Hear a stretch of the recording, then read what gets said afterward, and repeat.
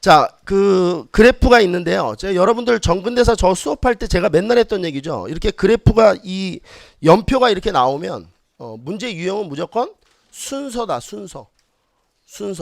연표가 나오면 무조건 시간 순서다. 이렇게 보시면 돼요. 자, 제국주의 시대라고 돼 있죠. 무슨 시대? 제국주의 시대. 자, 요 얘기부터 좀 한번 해봅시다. 우리 근대사를 아직 밟고 넘어오지 않으신 분들이 있어서 쓰지는 마세요. 근대사 할 때 할 거니까 제국주의라고 하는 게 무엇인지를 좀 얘기를 좀 해볼게요. 제국주의가 무엇인지.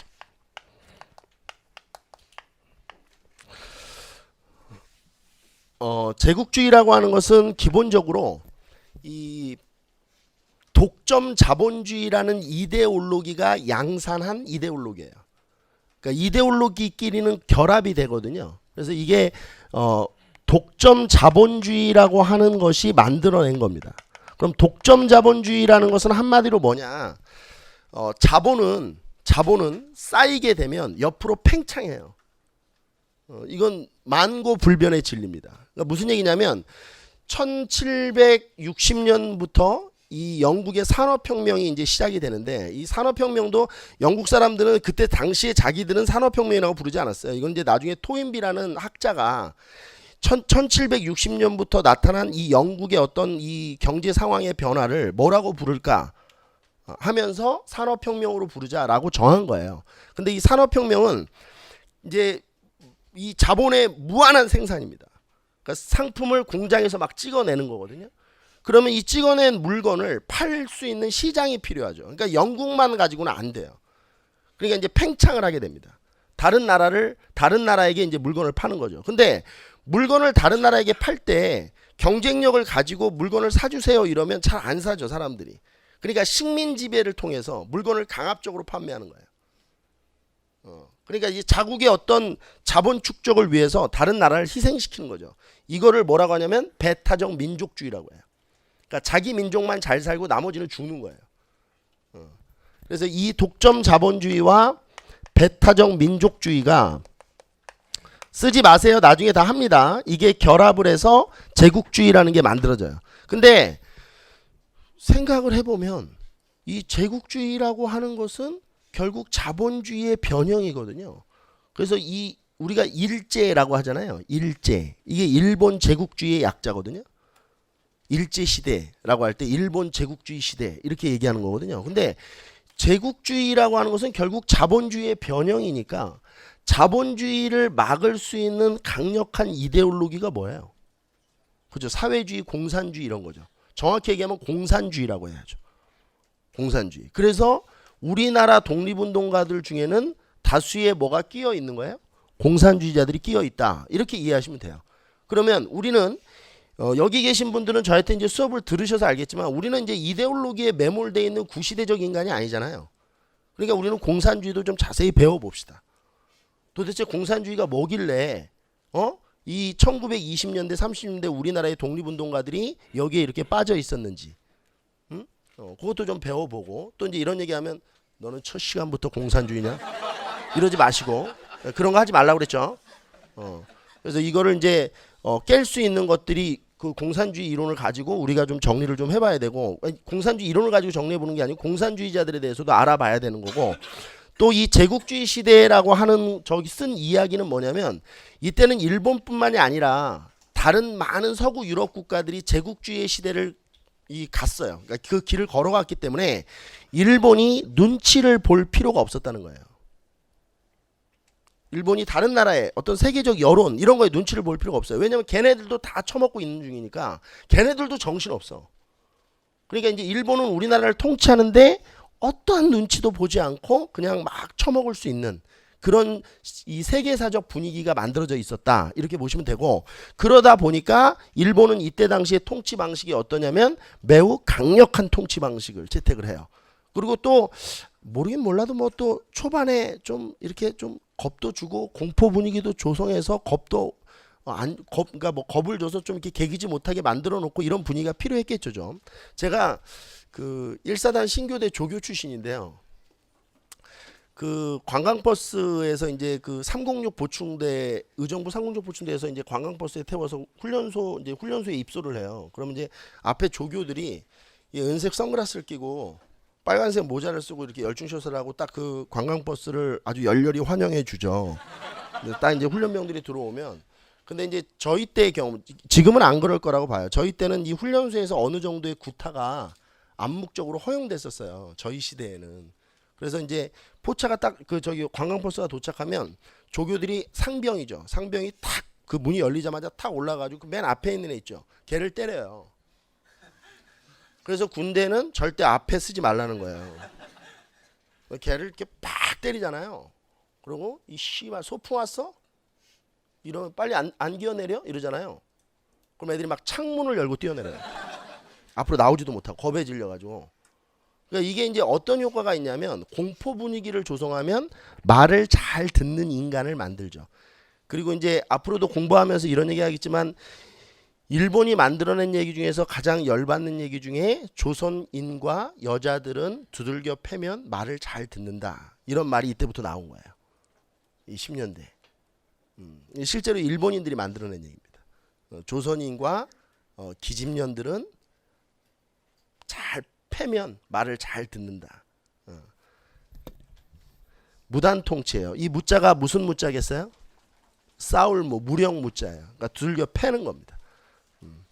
저는 이 시기를 이제 이 두들겨 패는 사람을 누구라고 보면 되냐면 헌병이라고 보면 돼요.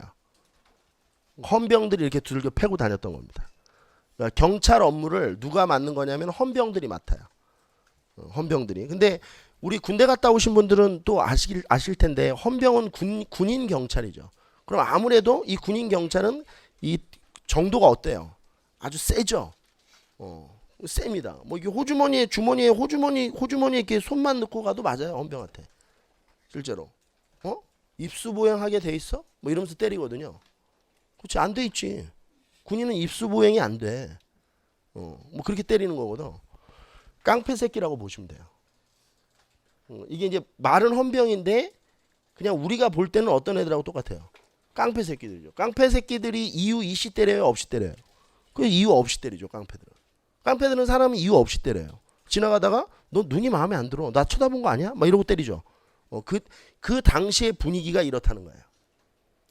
10년대의 분위기가. 자, 그러면 이제 그대로 넘어가 봅시다.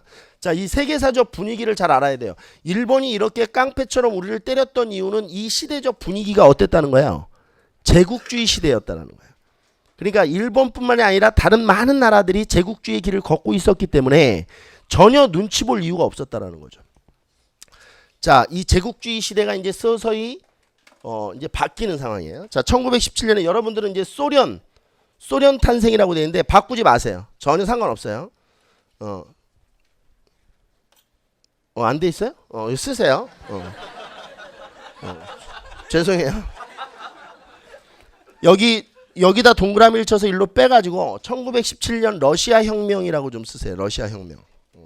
이 러시아 혁명이 우리 세계사에서 이제 볼셰비크 혁명이라고 부르는 건데 이게 1917년이 연도가 큰 중요성이 있습니다. 왜냐하면 이때 러시아 혁명이 일어나고 1922년에 우리 세계에서 처음으로 사회주의 국가가 탄생해요. 그게 소비에트 연방공화국입니다. 소련이라는 나라인데 지금은 없어졌죠. 그 소련은. 근데 이 러시아 혁명이 가지고 있는 의미망이 있어요. 그게 뭐냐면 아까 전에 뭐를 탄생시켰다는 거예요. 사회주의, 공산주의 국가가 나타났다는 거예요. 그러면 공산주의라고 하는 것은 뭐에 대한 저항이 돼요? 제국주의에 대한 저항이죠. 그러니까 이제 이 제국주의에 대한 저항의 움직임이 세계사적으로 나타났다라는 의미예요. 그러니까 우리가 러시아 혁명을 공부해야 되는 이유는 소련에 대한 역사를 공부하자는 게 아니고 이런 세계사적 분위기가 우리나라에 영향을 미친다는 거죠. 그리고 결국 1918년이 되면 1차 세계대전이 끝나요. 1차 세계대전이 1914년에 시작되는데 1918년에 1차 세계대전이 종전이 됩니다. 자, 그렇다면 1차 세계대전이 종전이 되면 종전회의가 열리는데 이 종전회의를 파리 강화회의라고 해요. 이 파리 강화회의가 열린 건 1919년 1월이에요. 오른쪽에다 좀 써주죠. 1919년 1월이라고. 다 같이 쓰세요. 위에 빈 공간 남겨놓은 게 이것 때문에 남겨놓은 거예요. 그러니까 다시 한번 정리해보죠. 1차 세계대전이 1918년에 끝났는데 전쟁이 끝나고 나서 어떤 세계적 질서를 바로 세우기 위해서 했던 회의가 뭐다? 파리 강화 회의다. 파리 강화 회의는 1919년 1월에 개최가 된다. 근데 이 파리 강화 회의에서 우리나라에 영향을 주는 아주 중요한 연설이 하나 있는데 그게 윌슨의 민족 자결주의 연설이에요. 미국 대통령 윌슨이라는 사람이 민족 자결주의라는 걸 제창을 합니다. 그러니까 민족 자결주의라는 건 뭐냐면 약소국이 강대국의 억압과 핍박을 받지 않고 스스로 살 수 있는 권리를 보장해줘야 된다. 뭐 이런 거예요. 근데 그럼 미국은 되게 멋있는 나라네, 그렇지? 우리 입장에서 보면. 근데 미국이 왜 이런 주장을 했을까요? 미국은 식민지가 없어. 그러니까 이런 싸움이야. 미국도 이제 산업이 성장해서 물건을 팔아야 되는데 영국, 프랑스, 네덜란드 이런 애들이 식민지를 싹 갖고 있거든. 그러니까 이런 식민지 국가에 때는 미국이 자연스럽게 물건을 팔 수가 없잖아. 그러니까 식민지 국가들을 해방시켜 주자라는 논리야. 근데 식민지 국가 입장에서 보면 미국이 되게 멋있는 나라구나 그런 게 아니고 미국의 입장에서 봤을 때 식민지 국가를 해방시켜줘야 미국이 또 시장 개척을 할 수 있었던 그런 상황이었거든. 근데 이후에 어떻든 간에 우리 입장에서는 땡큐야. 이렇게 강한 나라가 강대국의 억압과 핍박을 받지 않고 소수 국가들이 힘없는 나라들이 자결할 수 있는 권리를 스스로 살 수 있는 권리를 보장해줘야 된다라고 하는 것은 우리 입장에서는 땡큐죠. 이게 이제 엄청난 우리나라에 영향을 줍니다. 결국 이게 이제 3.1운동까지 가는 거거든요. 이 윌슨의 민족 자결주의가 3.1운동까지 갑니다. 제가 3.1운동 얘기할 때 이 얘기를 좀 다시 한번 해드릴게요. 근데 이것도 철저히 또 승전국의 논리예요. 왜냐면 자 보세요. 승전국이 가지고 있던 식민지가 있고 패전국이 가지고 있던 이 식민지가 있겠죠. 그러면 패전국이 가지고 있는 식민지만 해방시켜 주자는 거야. 근데 1차 세계대전의 승전국은 일본이거든. 일본도 승전국이거든. 그러니까 우리나라에는 해당 사항이 있어 없어? 없어. 전혀 없어 우리나라에는. 근데 분위기는 바꿀 수 있었던 거지. 자, 이 시기를 우리가 세계사에서는 이제 민족 자결주의 시대다 이렇게 얘기하는 겁니다. 무슨 시대다? 민족 자결주의 시대다. 그럼 민족 자결주의 시대에는 일본이 승전국이긴 했지만 분위기가 지금 어때? 약소국들이 강대국의 억압과 핍박을 받지 않고 스스로 살 수 있는 권리를 보장해 줘야 된다라는 분위기로 세계사가 바뀐 거지. 그렇죠? 이게 이제 흐름이 바뀐 거야. 그러니까 이제 일본도 이 무단 통치 때처럼 아주 마음 놓고 우리나라를 탄압하고 때리기는 어려워.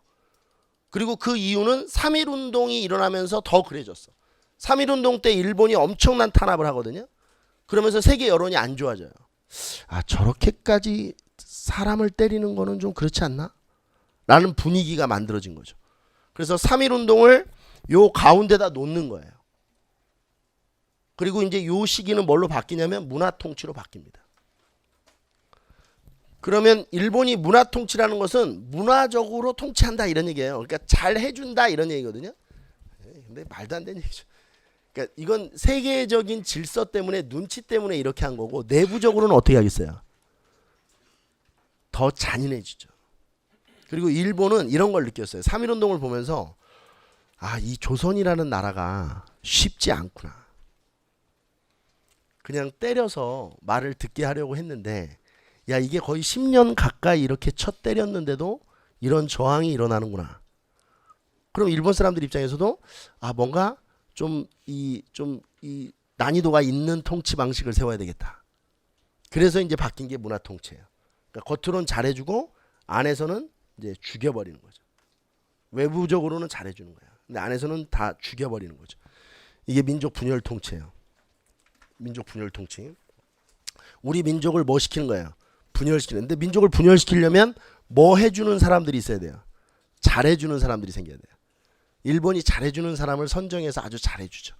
그럼 이제 이 사람들은 넘어오는 거야. 제가 이 얘기를 전근대사 수업할 때도 매번 했었는데 그 나치 히틀러의 그 참모였던 사람이 괴벨스라는 사람이에요. 이 괴벨스가 프랑스를 침공하고 나서 만들었던 자서전에 뭐라고 써있냐면 독일이 프랑스를 쳐들어가면 프랑스는 정확히 3등분 될 것이다. 그럼 어떻게 3등분 되느냐? 한 5% 정도 되는 전체 인구의 5% 정도 되는 콜라보레이터가 탄생한다. 콜라보레이터는 뭐야? 협력자들. 그러니까 독일에 협력해 주는 사람들. 그러니까 우리 입장으로 보면 뭐지? 친일파들이 탄생하는. 우리 알죠? 그렇죠? 멋있는 사람들 많이 탄생하잖아. 그죠? 이름만 들어도 시험 장난 아니다. 뭐 이런 사람들. 근데 또 한 6, 7% 정도 되는 레지스탕스. 이게 4%를 감안하는 경우도 있고 7%뭐 이렇게 이건 좀 달라질 수 있다고 봤는데 그러니까 저항 세력이 있다는 저항 세력. 저항 세력. 그리고 90% 정도의 그냥 가만히 있는 사람. 뭐지? 나라가 없어졌나? 이런 사람들. 근데 괴벨스의 얘기는 뭐냐면 여기 있는 사람을 1%만 옮겨도 이 민족은 분열된다는 거예요. 그래서 1920년대 때 이렇게 넘어간 이 문화통치에 회유돼서 넘어간 사람들이 대부분 1910년대까지 뭐 했던 사람들이야? 독립운동했던 사람들. 이런 사람들을 만들면 이건 분열된다.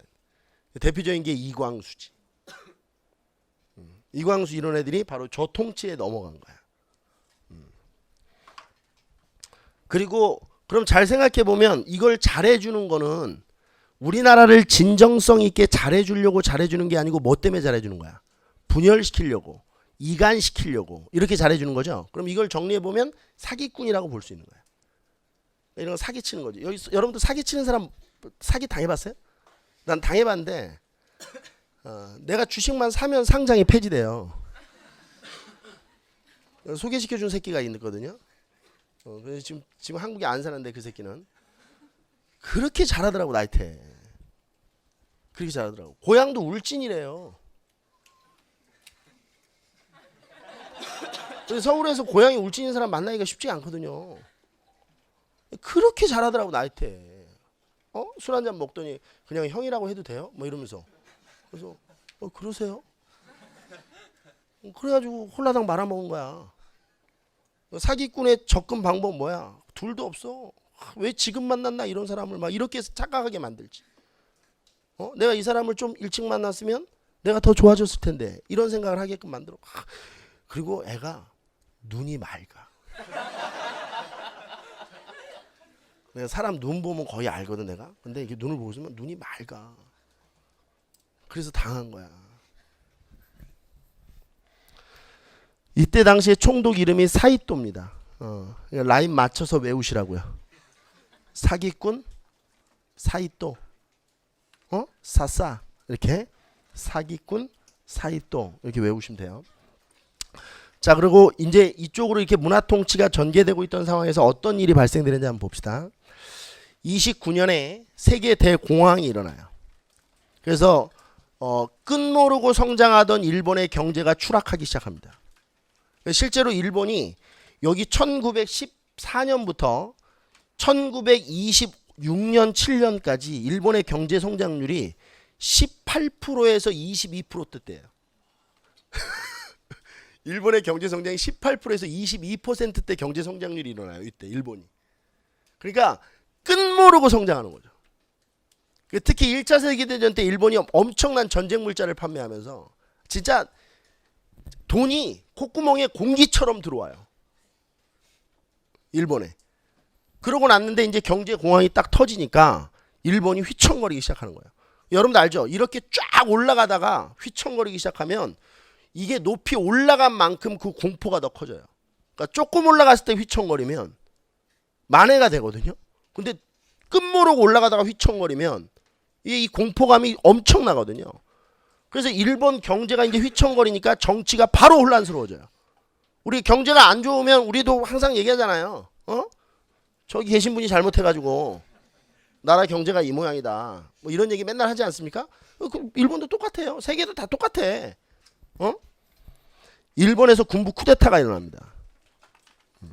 내가 너희같이 무능력한 정치인들에게 이 나라를 맡길 수 없다.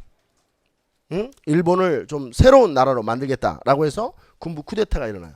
근데 여러분들 아시겠지만 군인들은 경제를 알아요, 몰라요? 잘 몰라요. 경제를 뭘 알아요, 군인들이. 군인들이 로렌 뭐 필립스의 곡선 이런 거 그릴 수 있겠어, 군인들이? 왜 이런 거 하지 마? 로렌츠의 곡선 이런 거 못 그릴 거 아니야. 군인들은 몰라. 그럼 군인들이 이 공항을 타게 하는 방법, 아니 군인들 중에도 아시는 분이 있어요. 말 이렇게 함부로 하면 안 됩니다. 군인 무시하는 나라는 후진국이에요. 하여튼 하여튼 이 군부 쿠데타가 일어났는데 이 군인들 입장에서 보면 이 경제 공항을 왜 이렇게 해결을 못하는지 얘네들은 이해가 안 되는 거야. 왜냐면 군인들 입장에서는 경제 공항은 그냥 해결할 수 있거든. 전쟁을 하면 돼. 군인들은 전쟁하면 경제 위기는 그냥 극복돼. 잘 생각해봐. 전쟁이 터졌다고 봅시다. 전쟁이 돈 먹는 하마죠. 그죠? 그럼 계속 군수물자 찍어내야지. 그죠? 군수물자 계속 찍어내야 되나. 그러면 여성들은 들어가서 군수 공장에서 일하면 되고 남자들은 징집해서 군대 보내고 그럼 실업률 없어지지. 일단 실업률이 문제 아니야? 공황이 되면? 그럼 실업률 없어져. 그리고 전쟁에서 이기기만 하면 다 약탈이지. 그리고 전쟁 배상금도 다 받고. 그러니까 경제공황은 군인들 입장에서 보면 아주 웃긴 거야. 그냥 해결할 수 있는 건데 못하고 있는 거지. 그래서 이제 이 길로 걷는 거야. 그리고 1차 세계대전 때 완전히 그 막혀 있었던 독일도 이제 히틀러가 이제 나오면서 결국 이제 이 길로 거는 거야, 다. 그래서 독일 히틀러의 나치즘, 이탈리아 무솔리니의 파시즘, 그 다음에 일본의 황국 신민 사상, 이런 것들이 다 이때 나오는 거야. 이 공황을 막고 이걸 위기 극복 과정에서 31년에 만주사변이 터져요. 뭐가 터져요? 일본 군부 쿠데타가 일어나고 나서 바로 한 게 뭐야? 만주사변이에요. 만주사변은 뭐냐? 일본 군인이 만주를 먹은 거예요. 만주를 통째로 다 먹었어요. 32년에 만주국이 세워지거든요. 그리고 쓰지 마세요. 37년에 중일전쟁 터져요. 41년에 태평양 전쟁 터뜨리죠. 이게 일본이 하는 거예요. 우리 나중에 이제 2차 세계대전 할 때 제가 일본의 진주만 공습에 대해서 얘기를 해드릴 텐데 우리 수험생분들이 아니 어떻게 일본은 미국을 공격했지? 이길 거라고 생각하고 공격한 거야. 실제로 진주만 공습이 한 번만 더 됐잖아. 그럼 지금 미국과 일본의 위치는 바뀌어 있었을 거야. 근데 일본이 왜 그랬는지 모르겠는데 이 공습을 중단한다고 중간에. 이게 아직도 미스테리야. 한 번만 더 쳤으면 미국은 회복이 안 돼. 해군력이. 근데 이걸 왜 중단했는지 아직도 세계 전쟁사를 연구하는 사람들이 아직도 미스테리라고 한단 말이야. 그러면서 이제 이 과정 속에서 민주주의와 전체주의의 대결 구도가 만들어져요. 그럼 민주주의는 뭐냐? 간단하게 얘기하면 이 미국의 뉴딜 정책 같이 어떤 평화로운 방법으로 경제 위기를 타개하려고 했던 나라들. 그 다음에 전체주의는 아까 전에 했던 파시즘, 나치즘, 황국 신민사상과 같이 전체주의의 이념을 가지고 전쟁을 통해서 이 경제 위기를 극복하려고 했던 나라들이에요. 대표적인 나라가 독일, 이탈리아, 일본이죠. 2차 세계대전이 발발합니다.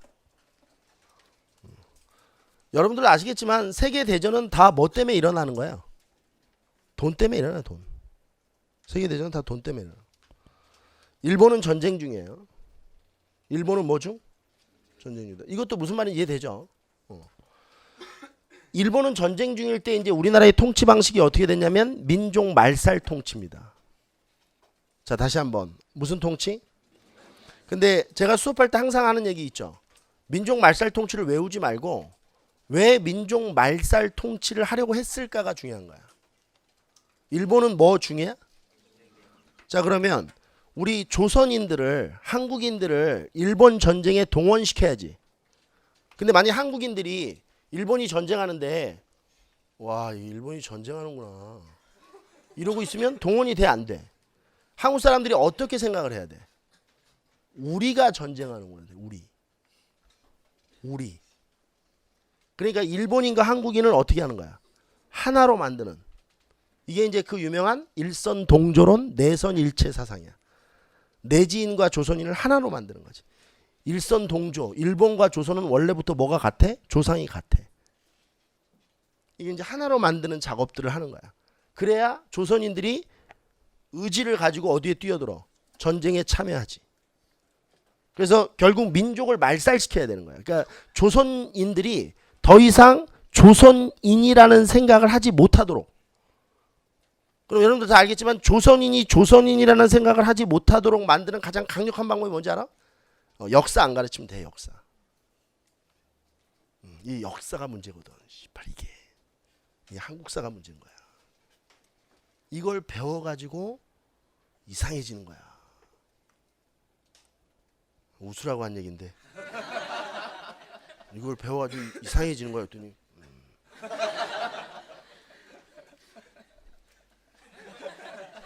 내가 좀 감이 떨어진 것 같지?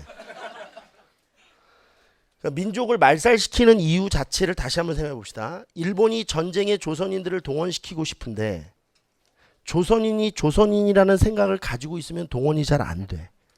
그래서 조선인을 뭘로 바꾸는? 일본인으로 동화시키는 거야. 그래서 민족성을 말살시키는 거지. 그래서 일단 제일 먼저 우리나라 역사 안 가르쳐 주는 거야. 그리고 우리나라 말 못 쓰게 하고. 미친 군인들이 집권했던 시기야.